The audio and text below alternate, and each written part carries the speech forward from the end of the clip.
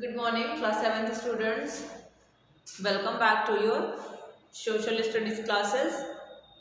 So, we are studying chapter number 7 in your subject, and from which unit? From the unit of history. ठीक है बच्चों, हम लोग history से chapter number 7 पढ़ रहे हैं, which is about towns, traders and crafts persons.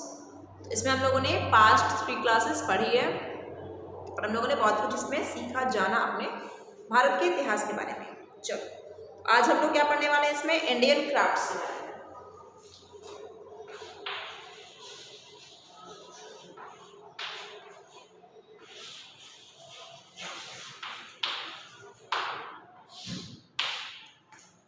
चलो इंडियन क्राफ्ट्स के बारे में आज हम लोग जानेंगे, which is on page number 109. So everyone should come to page number 109 with a pencil in your hand.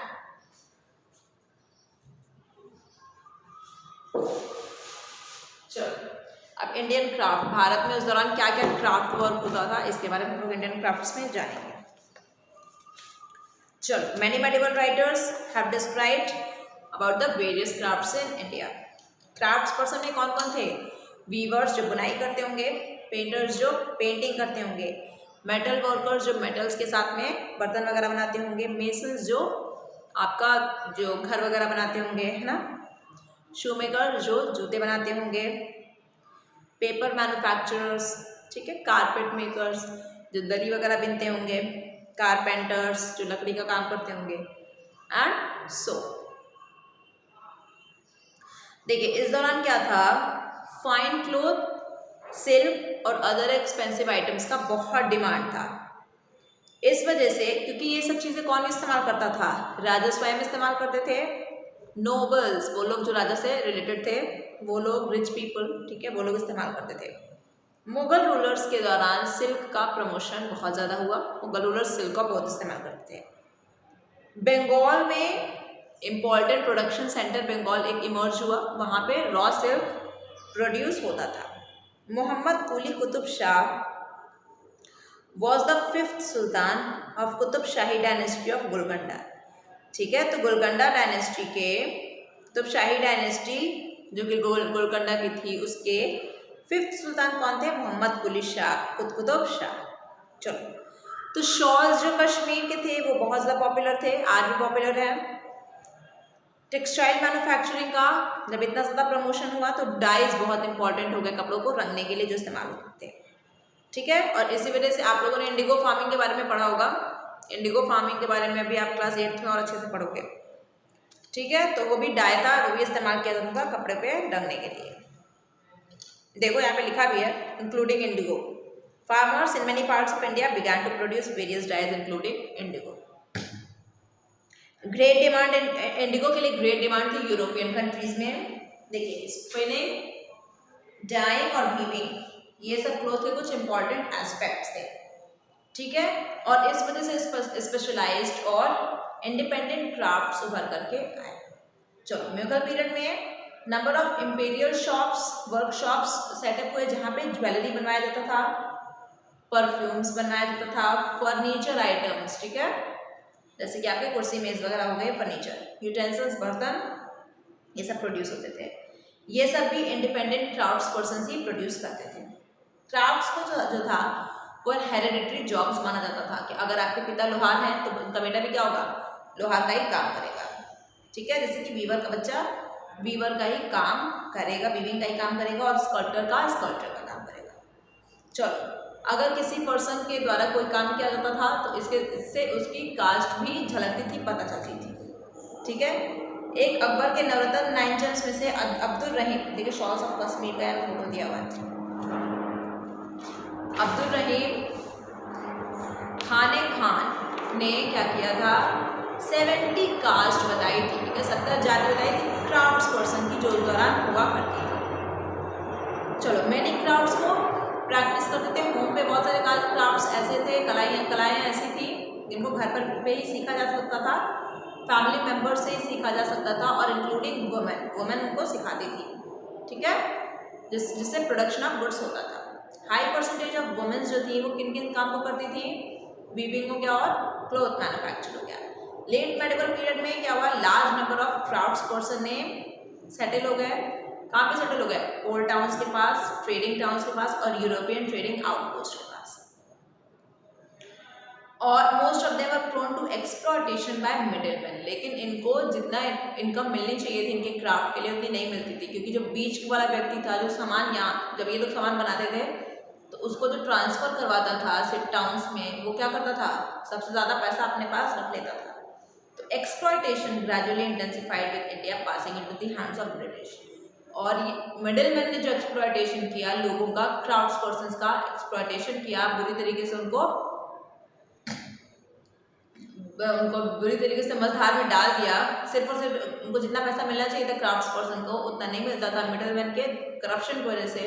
और ब्रिटिशर्स ने यही देखा कि मिडिलमैन जो हमें खुद ही करप्शन कर रहे हैं, तो ब्रिटिशर्स हमारे देश पे हावी हो गए और ब्रिटिशर्स ने हमारे देश पर कब्जा जमा लिया। और उसके बाद से ब्रिटिशर्स ने जो रूल किया है, फिर हम लोगों की जो इंडिपेंडेंस की लड़ाई है वो आप सबको पता है, that was very tough.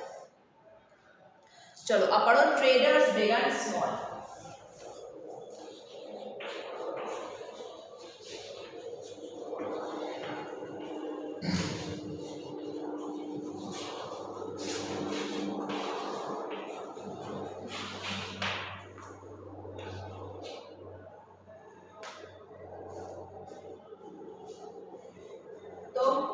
Trader जो व्यापारी थे, वो बड़े व्यापारी और छोटे व्यापारी, इनके बारे में हम लोग कुछ जानेंगे।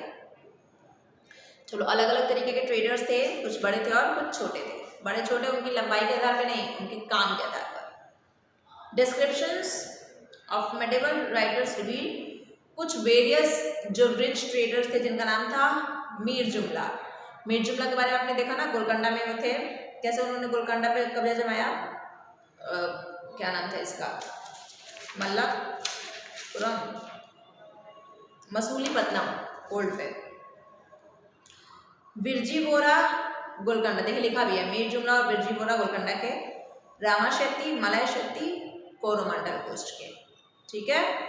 इनके पास तो इनका ट्रेड इतना बड़ा था कि इनके पास कुछ फ्लीट ऑफ शिप्स भी रहती थी, शिप्स, ठीक है। इनके पास जहाज भी रहते थे, अपने घर के जहाज। With the help of their ship they traded with people of distant places और अपने कंट्री में भी। स्मॉल ट्रेडर्स में कौन कौन था, बंजारास, जिनको वेरियस ट्राइब्स में डिस्ट्रीब्यूट किया गया था। Most of the traders belong to different trading groups और कास्ट, जैसे कि शेतीस, पारसीज, मारवाड़ीज, बोहरा मुस्लिम्स और बनियास। ट्रेडर्स को बहुत भी ट्रैवल करना पड़ता था लॉन्ग डिस्टेंसेस के लिए। तो देखो इन जर्नी में जब उनको लॉन्ग डिस्टेंस पे जाना होता था तो उनको किन किन चीज़ों से बचाव की ज़रूरत होती थी, लूट से, कि उनका सामान कोई लूट ना ले, एंड रॉबरी, चोरी से। देखो traders travelled in caravans to protect themselves against loot and robbery. The Banjaras travelled in bullock carts. देखो जो बंजारास है वो बुलक कार्ट्स पे जाते थे और जो ट्रेडर्स थे वो कैरावान्स में जाया करते थे अपने सामान को सुरक्षित रख करके, इसलिए वो कैरावान्स में जाते थे। बंजारास बुलक कार्ट्स पे जाते थे ट्रांसपोर्ट के लिए। अच्छा, कुछ अदर ट्रेडर्स थे वो क्या इस्तेमाल करते थे, हॉर्सेस और कैमल्स का। अच्छा, ज़्यादा से ज़्यादा लोग इनलैंड ट्रेडिंग करते थे कि अपने ही शहर में व्यापार कर लो, दूर जाने की ज़रूरत नहीं है। वेरियस टाइप्स ऑफ लार्ज और स्मॉल बोट्स को इस्तेमाल किया जाता था इनलैंड रोड वाटर ट्रांसपोर्ट के लिए। इंडियन ट्रेडर्स क्या क्या एक्सपोर्ट करते थे, क्या क्या बेचते थे, टेक्सटाइल्स, कपड़े और मसाला, ठीक है।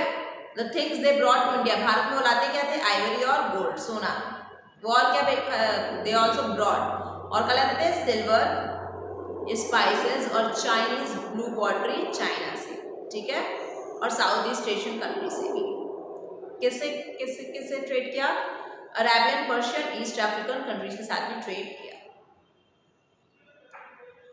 देखो several much guilds were formed in South India. Two most important guilds were Nana Deshi और Maningramar. These were famous for their extensive trade within the boundaries of India as well as with their other countries. तो अपने आप को, अपने interest को बचा के रखने के लिए, मतलब कि अपने पूरे बिजनेस को बचा करने के लिए बहुत सारे इंडियन ट्रेडर्स ने गिल्ड्स भी क्रिएट किया, ठीक है। दो मोस्ट इंपॉर्टेंट गिल्ड्स कौन कौन से हैं, नाना देशी और मणिग्रामा। चलो Dutch language is spoken by about 26 million people in a number of old Dutch colonies including Australia. देखो डच लैंग्वेज जो है वो 26 मिलियन लोगों के द्वारा बोली जाती है ओल्ड डच कॉलोनीज में, जैसे कि कौन कौन से हैं? Australia, Canada, France, Germany, Indonesia, Philippines और यूनाइटेड स्टेट्स में भी। तो डच जो भाषा है वो बहुत प्रचलित है। Dutch language is the parent language of Africans. Africans के लिए डच लैंग्वेज उनकी मातृभाषा है। One of the official languages of south Africa, और साउथ अफ्रीका की जो एक ऑफिशियल लैंग्वेज हो क्या है? डच। चलो न्यू ट्रेडर्स और टाउन्स पे आ जाओ। जो नए व्यापारी बने और नए शहरों का निर्माण हुआ। बिग चैप्टर, थोड़ा सा बड़ा चैप्टर है, हिस्ट्री है ना, हिस्ट्री थोड़ा सा बड़ा रहता है। चलो बट इंटरेस्टिंग टू, अच्छा भी लग रहा है पढ़ने में। इतिहास के बारे में हमें जानने को मिल रहा है हमारे जो पास्ट टाइम्स में जो भी बीता है हमारे देश में। चलो there was a growing demand for spices and textiles. European market में मसालों और कपड़ों की बहुत ही डिमांड थी, इसलिए बहुत सारी यूरोपियन कंट्रीज ने क्या बनाया? ईस्ट इंडिया कंपनी को एक ऑर्गेनाइजेशन था जिसको बनाया अपने बिजनेस को करने के लिए। यूरोपियंस में सबसे ज़्यादा कौन था? इंग्लिश सबसे ज़्यादा पावरफुल थे, ठीक है। With regard to naval power, naval power मतलब उनका जो बिजनेस होता था वो समुद्री इलाके से होता था, पोर्ट से होता था। तो उन लोगों ने क्या किया? इंडियन मार्केट्स पे कब्जा जमाना शुरू कर दिया। इस वजह से इंडियन ट्रेडर्स को टफ कंपटीशन फेस करना पड़ा। अब क्या हुआ? इंडियन जो ट्रेडर्स थे, जो भारत के व्यापारी थे, वो जो सामान मैन्युफैक्चर करते थे और यूरोपियंस भी सामान मैन्युफैक्चर करने लगे, उनको सस्ते दाम पे बेचने लगे। और भारतीयों का क्या हो गया? सामान कोई नहीं खरीदा था, यूरोपियंस का सामान लोग खरीद लेते थे क्योंकि सस्ते दाम में मिलता था और अच्छा मिलता था, और इस वजह से भारतीयों का सामान कोई नहीं खरीदते थे, तो भारतीय लोग क्या होने लगे? गरीब होने लगे। चलो there was also competition, Europeans के बीच में भी कंपटीशन था, क्योंकि यूरोपियंस में कौन कौन थे? फ्रेंच, इंग्लिश, पोर्टुगीज और डच। लेकिन it was the British, English जो थे who emerged victorious in the competition. वो लोग कंपटीशन में जीत गए by virtue of their clever policies, क्योंकि वो दिमाग लगा करके पॉलिसीज बनाते थे और उसी के थ्रू बिजनेस करते थे। देखिए वो चाहते थे भारत पर दोनों ही तरीके से वो सत्ता जमाना चाहते थे, पॉलिटिकल एंगल से भी और कमर्शियल एंगल से भी, कि हम यहाँ पे व्यापार तो करें ही, हम यहाँ के सत्ता में भी आ जाए और हम अपने पूरा विश्व पताका लहराएं भारत पे अपना, English Britishers. Late medieval period में क्या हुआ? Specially during the 18th century, Indian traders became increasingly dependent on the English traders. ऐसा धीरे धीरे एक ऐसा समय आ गया कि इंडियन ट्रेडर्स किस पे निर्भर हो गए? इंग्लिश ट्रेडर्स पे, अपने काम को करने के लिए, अपने व्यापार को बढ़ाने के लिए, ठीक है। इसीलिए देखिए हमारे भारत की ये दुर्दशा हो गई उस दौरान। अगर हम लोगों ने हम लोग अब इंडियन मार्केट्स में जा करके इंडियन कमोडिटीज़ को खरीदेंगे, किसको मुनाफा होगा? एक इंडियन को होगा। बेहरस अगर हम लोग दूसरे कमोडिटी को, दूसरे देश की कमोडिटी को मंगवा लेते हैं, ठीक है, सस्ते पैसे में हमको मिल जाता है, वो और अच्छा होता है इस वजह से सिर्फ, तो क्या होता है? प्रॉफिट किसको हुआ? अदर कंट्री को हुआ। तो हमने कहीं ना कहीं अपने देश के इकोनॉमिक कंडीशन को अच्छा बनाने में हमने सहयोग प्रदान नहीं किया, तो ये काम हमें नहीं करना चाहिए। इसीलिए मोदी जी ने, हमारे प्रधानमंत्री ने, उन्होंने क्या कहा कि आप अपने देश का सामान खरीदो, उसको यूटिलाइज करो, है ना, बाहर दूसरे पे डिपेंडेंसी अपनी कम करो, ठीक है। तो ये चीज़ पहले हिस्ट्री में लिखी गई है, हिस्ट्री में बताया गया है कि किस तरीके से इसी चीज़ की वजह से हमारे देश पर ब्रिटिशर्स इतना साल रूल करते हैं और हमें आपको चना चबा देते हैं वो, फिर उसके बाद हम लोगों को कितनी लड़ाई लड़नी पड़ती है अपने इंडिपेंडेंस के लिए, और फिर वो चीज़ हम दोहराएं ना। चलो क्या बता रहे थे यहाँ पे? हाँ, जो इंक्रीजिंगली डिपेंडेंट होने लगे इंग्लिश ट्रेडर्स पे भारतीय ट्रेडर्स।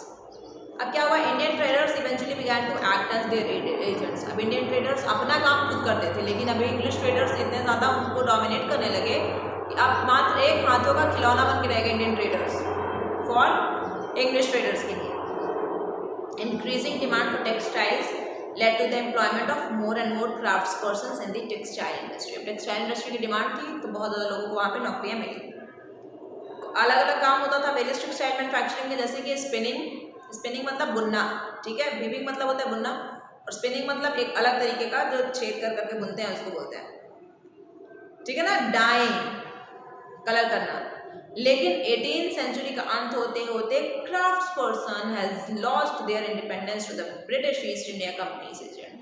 क्राफ्ट्स पर्सन के सारी कला को धरा का धरा रह गया और ईस्ट इंडिया कंपनी एजेंट्स ने सबको अपने हाथ में ले लिया। They were only required to copy the design. अब उनका काम सिर्फ और सिर्फ डिज़ाइन को कॉपी करना था और पैटर्न जो कि उनको एजेंट दिया करते थे। 19वीं शताब्दी आते आते क्या हुआ, इंडियन क्राफ्ट्स पर्सन पर र्यून पूरी तरीके से बर्बाद हो गया भारतीय क्राफ्ट्स पर्सन, क्योंकि इंडियन मार्केट में सिर्फ और सिर्फ मशीन मेड क्लोथ्स रन करने लगी, मशीनों के द्वारा बनवाई गई, ठीक है। और दीज क्लोथ्स वर चीपर, और ये क्या थे, सस्ते थे एंड ऑफ बेटर क्वालिटी, और अच्छे क्वालिटी के थे than those made by individual weavers, और उनके कंपैरिजन में जो कि इंडिविजुअल, आप एक हाथ से काम कर रहे हो तो इसमें इतनी सफाई नहीं आएगी, और मशीन से काम हो रहा है तो इसमें ज़्यादा सफाई आएगी। जैसे फॉर एग्जांपल अगर आप स्वेटर बुनोगे ना हाथ से, तो कहीं अगर गलत हो गया तो आपके कपड़े में, उस स्वेटर में उतनी सफाई नहीं आएगी, लेकिन मशीन से बुने हुए स्वेटर देखो कितने अच्छे होते हैं। तो सिर्फ इसलिए कि जो चीप प्राइस पे मिल रहा था सामान, कमोडिटी, और अच्छा क्वालिटी का मिल रहा था, लोगों ने, इंडियन मार्केट क्या हो गया, पूरी तरीके से रियोन हो गया, ध्वस्त हो गया। लोग कोई भी इंडिविजुअल वीवर से सामान नहीं खरीद रहे थे। देखो Bombay port in the 19th century, Bombay port establish हुआ और बहुत ही अच्छा उसने प्रॉस्पर किया 19th सेंचुरी में, जब यहाँ पे ब्रिटिशर्स यहाँ पे। चलो, English east India company setup it's trading centres कहाँ पे सेटअप किया, एट सम न्यू प्लेसेस जैसे कि मद्रास, बॉम्बे और Calcutta. These places became leading centers of commercial activities, तो यहाँ पे बहुत ज़्यादा कमर्शियल एक्टिविटीज़ होने लगी। इस वजह से these are among the 4 most important cities of Delhi, the 4 being one. तो today these are among the, हाँ देखिए, मद्रास, बॉम्बे, कलकत्ता और दिल्ली, ये चारों आज भी मेट्रोपॉलिटन सिटीज़ हैं हमारे देश में, हम लोग जानते ही हैं, मद्रास, बॉम्बे, कलकत्ता। तो मद्रास, बॉम्बे, कलकत्ता तीनों यूरोपियंस जब थे, ब्रिटिशर्स जब थे, तब भी ये बहुत ही ज़्यादा प्रॉस्पर सिटीज़ थी, और दिल्ली भी प्रॉस्परस था। वो तो वहाँ पे तो कैपिटल ही था, 1911 से ही वो कैपिटल बना है कंटिन्यूअसली ऑफ इंडिया। चलो, तो इस चैप्टर में हम लोगों ने बहुत कुछ पढ़ा। हम लोगों ने क्या क्या समझा, अबाउट द टाउन्स, शहर कैसे होते थे मेडिवल इंडिया में, ट्रेडर्स व्यापारी कैसे थे, और क्राफ्ट्स पर्सन जो छोटे लोग हुआ करते थे। छोटे लोग कैसे, लंबाई में छोटे नहीं, अपने काम के आधार पर जो वो लोग अपने स्किल को इस्तेमाल करके सामान को बनाया करते थे, प्रोडक्ट्स को मैन्युफैक्चर करते थे। तो बहुत ही इंटरेस्टिंग चैप्टर था, थोड़ा सा बड़ा था, but no problem, we have finished it. चलो, अब पीडीएफ में हम लोग क्या क्या करेंगे, exercises and what, question and answers, ठीक है। तो आप लोग क्या करोगे, आप लोग फिर से इस चैप्टर को रीड करोगे, कुछ ना आए तो मुझे इसी वीडियो के लिंक के नीचे सवाल करोगे, पूछोगे, और मैं आप लोग को क्वेश्चंस का आंसर दूंगी, ठीक है क्लास, थैंक यू।